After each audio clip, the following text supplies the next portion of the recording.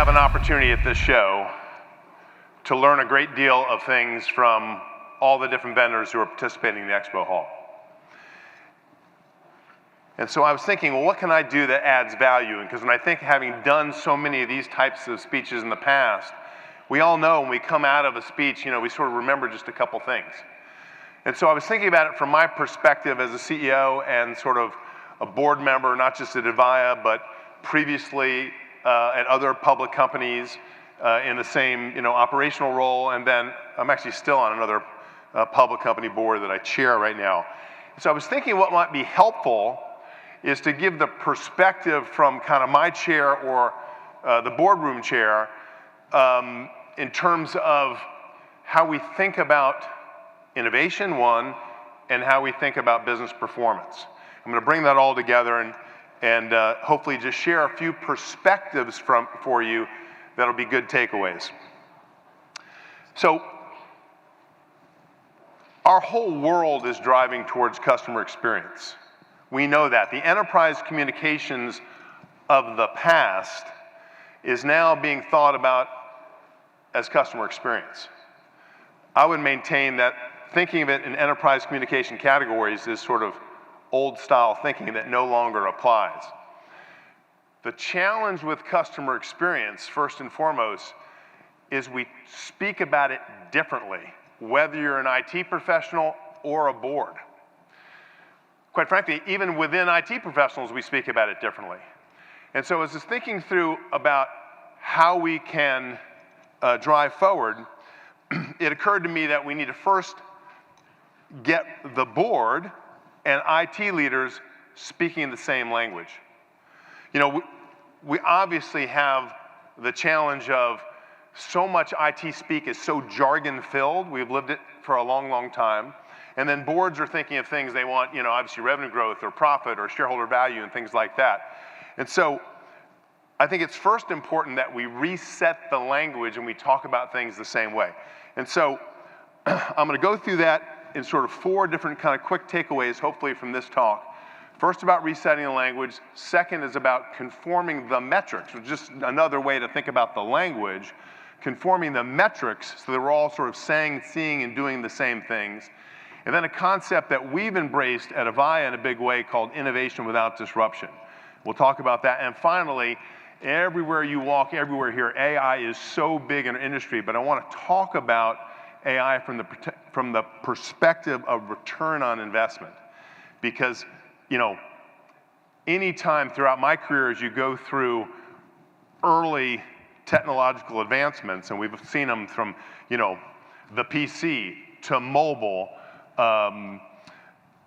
e-commerce, obviously, just plus, you see all these different innovations, and AI is the latest one, and it's kind of sweeping the world, and it's going to have enormous impact, kind of a la what the internet had. But we need to think about it from the perspective of ROI, of return on investment. So let's just jump in real quick.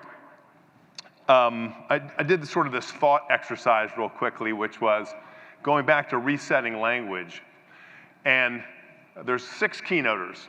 And so my team went and we pulled, these are some of my own words on the screen, in terms of how IT is presented in our websites, in our collateral materials, things like that. And obviously it's very jargon-filled. It's sort of the nature of it. Now let's think about it from the perspective of the boardroom. So they're going to think of it, as I mentioned before, revenue growth, profit, shareholder value, return on investment.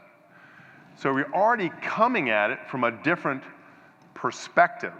And so when I think about resetting the language, we all as IT professionals, what I think is so important is rather than talking about things in terms of, deployment models, compute cycles,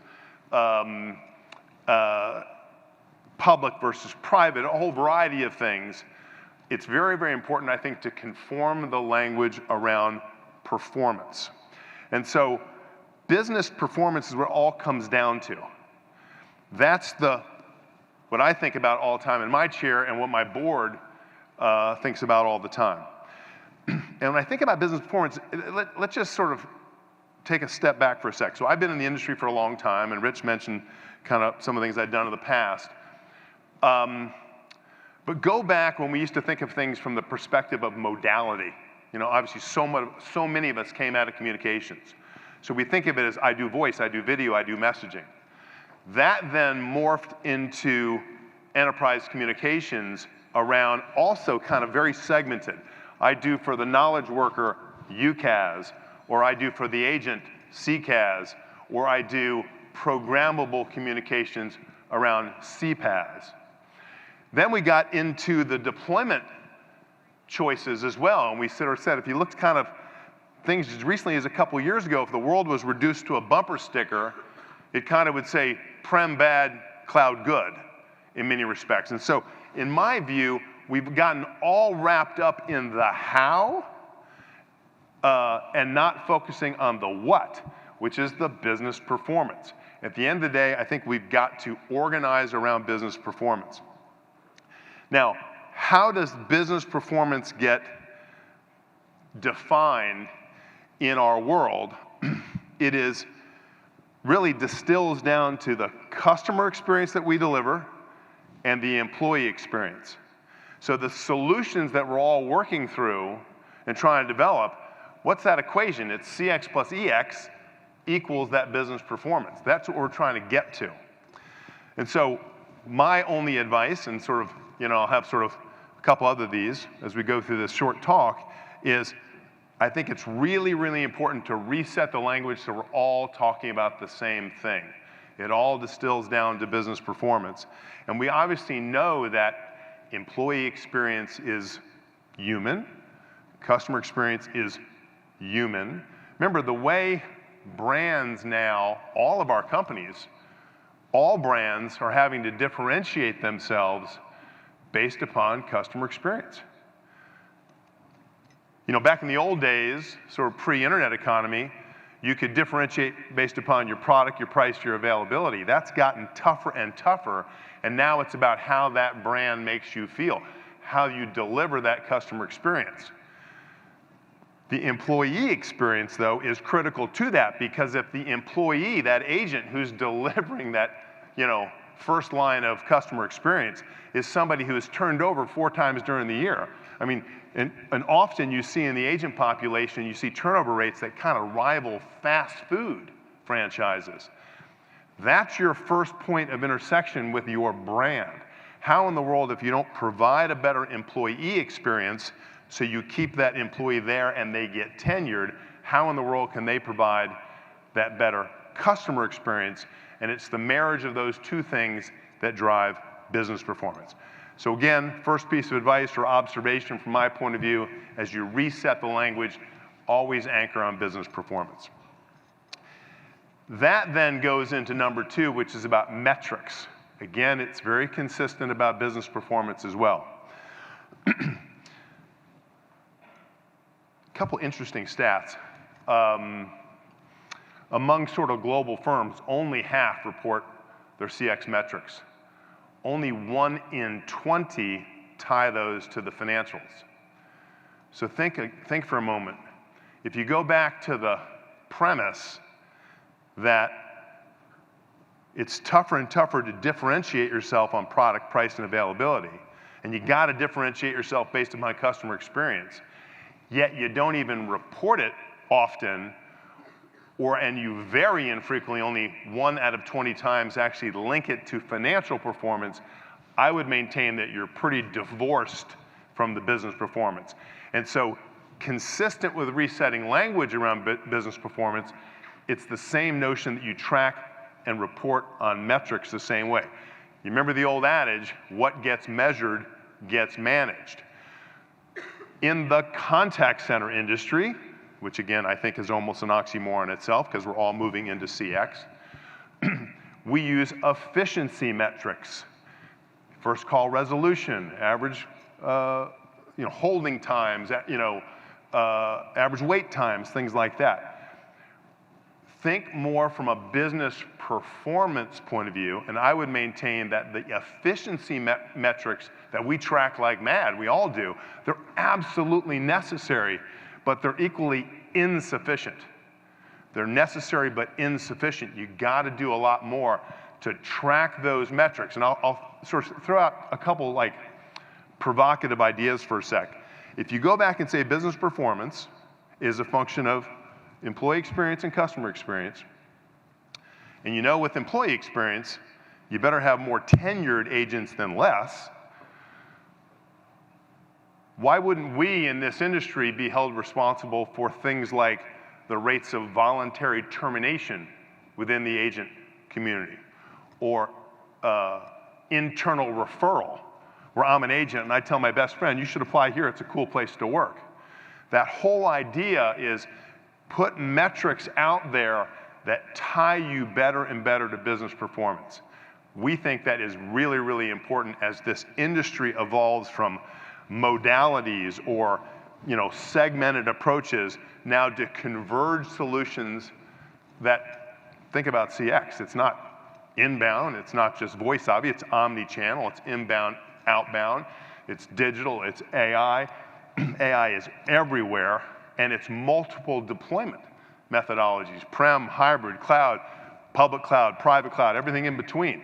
That's the world that we're facing in. And so if we talk all the time about elements of the solution, but lose track about what it's trying to do about business performance, I think we're kind of hurting ourselves. So let me sort of now go to number 3. There is this common refrain that innovation is disruptive.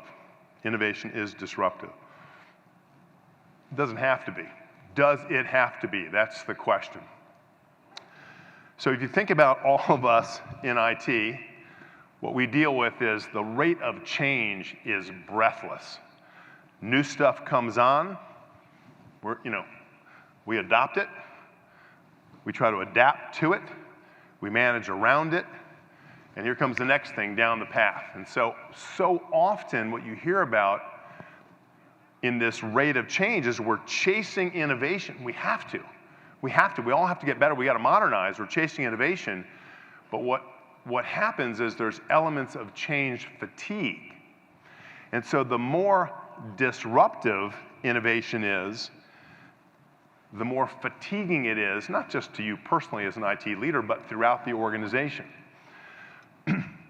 So what do you do about that? We can't sort of put our head in the sand and say, I don't care about innovation. Of course not. You've got to chase innovation. You've got to help modernize your business. You've got to drive better business performance. And the rate of change is coming at you, 1,000 miles an hour. And you have this notion all too often that in order for innovation to be good, it's got to be disruptive. I challenge that. I don't think innovation necessarily needs to be disruptive. And so let me give you sort of a kind of an odd-looking graph here. It's called the J-curve, and it doesn't typically exist in IT. They actually this came out of investing. But the J-curve says for most innovation, because it is very disruptive, we all know that. Think of, forget even in our particular industry, think of enterprise software categories across all categories. The bigger, the more complex your company is, think of the multi-year transformational projects that you've tried to do. Those multi-year transformational projects are incredibly disruptive. That's the J part. Why is it not up there? Oh, there it is. Okay. That's the J part here. So during that period of time, it's almost accepted fact that I'm going to have worse performance for a period of time so I can get to the good stuff on the other side. All too often, we head into projects thinking, well, that J part of the curve, that's not going to be so bad. It'll be 6 months. Won't be that deep, won't be that painful. We'll get through it, we'll get to the good stuff. We'll get to the value part of it, where performance, the promised performance is better. But how often have we seen that where that bottom part of the U kind of seems going on year after year, and it's a heck of a lot deeper than we ever thought it to be. the concept of innovation without disruption is this, which says all I'm trying to do is eliminate the J curve back here. All I'm trying to do is to get to the value right away. It's kind of mom and apple pie in some ways if you think about it. Would you rather have great innovation for which the value came today, or would you rather have great innovation for which the value came years from now and that future is uncertain? It's kind of an obvious choice. And so the idea of innovation without disruption is how do I build on existing investments where my solution has been bespoke in everything in my environment so that I don't have to rip out what's working in order to get to the new modernization. Innovate without disrupting. A way to think of it is, go back to the problem set. We gotta innovate. You know, we're not just voice anymore, obviously. It's omni-channel, it's inbound, outbound, it's, you know, AI utility everywhere, it's workforce solutions, plus. All of that is bearing into how we deliver customer experience. And so if that change rate is unrelenting, because you gotta innovate, and it's creating change fatigue, and a lot of your projects, if you just go back one, a lot of your projects get stuck and you got this deep end of the J, you're saying to yourself, well, heck, I don't want that. I want to go the other way. I want to get immediate time to value. That's what innovation without disruption is all about. Get to immediate time to value. So the way we've tried to organize it, and again, there's a sales pitch in my presentation, I don't want it to be, but so many of you are our customers for many, many years. You know our lineage as a company. The infrastructural, predominantly voice plumbing that's in those environments has been bespoke into every workflow within the company. The last thing folks want to do is rip it out in order to get to the stuff you want to get to. You want to augment voice, chat, social, digital. The impact of AI throughout your environment obviously is huge, particularly in our industry. You want to get to that right away. You don't want to have to go through the pain of the rip out. That's the approach. Because look, we all know there's two macro trends going on. Prem is largely giving way to cloud. Not monolithically, not at one pace, very different in different parts of the world, very different based upon the size, complexity, level of regulation in your industry, but Prem generally giving way to cloud. An absolute inevitable trend. Same time, voice communication generally giving way to digital. When I mean digital, I'm saying digital writ large. Chat, social, web, all varieties of AI, that utility that comes in. How do you stay in an environment where you get the innovation when you need it at your pace without suffering through the J curve? That's the whole idea of innovation without disruption. So, last point on this, in my view, is, and I'm old, so I've been living in this industry for a long time, but the thing that I've seen over and over and over again throughout my career goes back to this notion of, man, I got to rip everything out to get to the cool stuff. You don't need to. And so if you're on projects, big transformational projects, hell, we all are, that are taking a long, long time, and you're sitting back and you're sort of saying, well, I've got to rip out the other stuff in order to get to the good stuff. In my view, you should ask yourself the question, why am I on that path? Why am I on that path? Because you can innovate without disruption. And again, the bigger, the more complex, the more highly regulated, the more compliance sensitive, the more security sensitive the business is, I would maintain that that bottom end of the J is not just aggravating change management, it's fundamental business risk. No one wants to take on incremental business risk so foundationally to the organization. That's the idea of innovation without disruption. Last piece.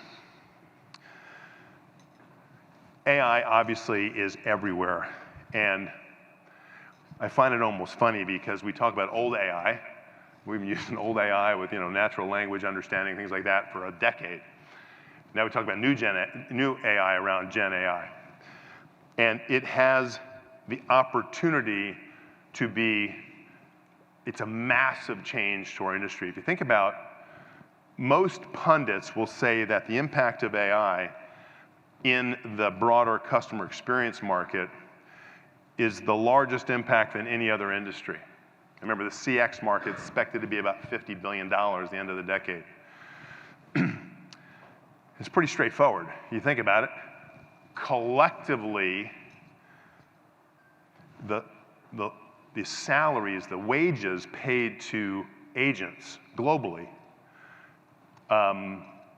we've got over 4 million agents still use Avaya every day.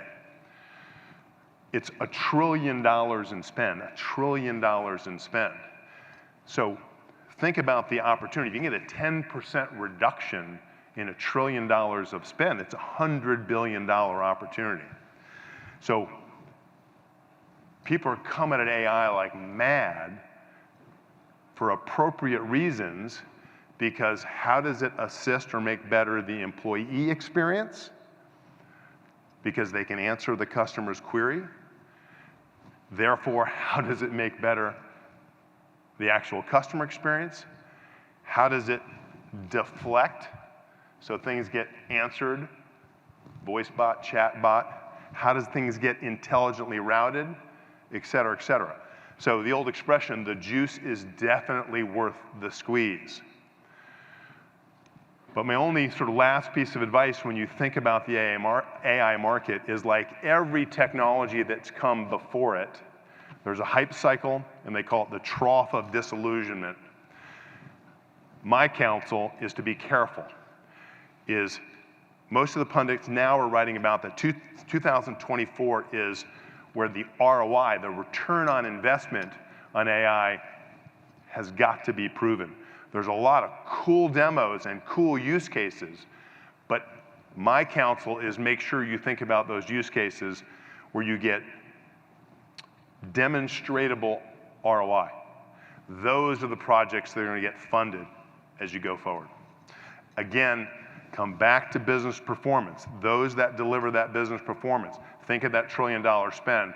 That's the stuff that's going to get funded. So, just to finish up. So we talked about just sort of 4, hopefully, observations.